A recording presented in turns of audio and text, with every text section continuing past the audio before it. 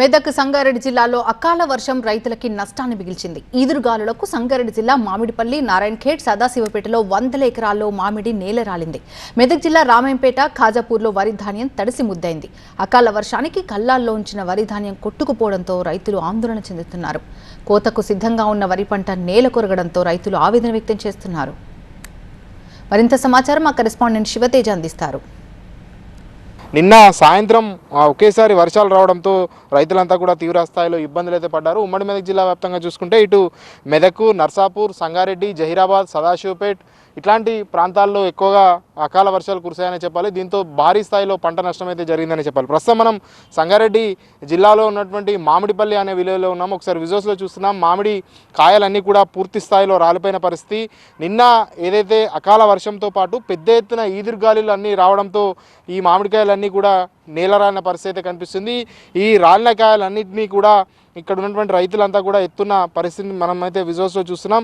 దాదాపు ఇటు నారాయణఖేడ్లో కూడా ఇదే పరిస్థితి, సదాశివపేటలో కూడా ఇదే పరిస్థితి అయితే కనిపిస్తుంది. ఇక నర్సాపూర్లో పిడుగుపాటుకు 2 యువకులకు తీవ్ర గాయాలయ్యాయి. అందులో ఒకరికి తీవ్ర గాయాలు కాగా ఇంకొకరు స్పృహ కోల్పోవడం జరిగింది. ఇక జహీరాబాద్లో కూడా ఇదే పరిస్థితి. జహీరాబాద్లో ఏదైతే ఈదురుగాలులు ఎక్కువగా రావడంతో అక్కడ ఉన్నటువంటి 2 రేకుల ఇండ్లు పూర్తి స్థాయిలో రేకులు పైన ఇంటిపైనటువంటి రేకులు లేచిపోయిన పరిస్థితి కనిపిస్తుంది. ప్రస్తుతం మామిడిపల్లి రైతు మనతో ఉన్నారు. ఒకసారి మాట్లాడే ప్రయత్నం చేద్దాం. చెప్పండి, ఏం జరిగింది అసలు?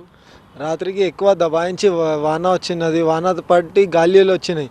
గాలి వస్తే చెట్లు పడిపోయినాయి. అన్ని చెట్లు పడి మామిడికాయలు అయితే మస్తు పడిపోయినాయి. ఈ సంవత్సరం ఎక్కువ లాస్ అయింది. ఒకసారి చూడాలని చూస్తున్నాం. అంటే పూర్తిగా ఇదంతా కూడా కౌలుకు తీసుకున్నారా, లేదంటే మీ ఓన్ ల్యాండా? కౌలుకు తీసుకుంటే ఎంతకు తీసుకున్నారు, ఎన్ని ఎకరాలు ఇదంతా?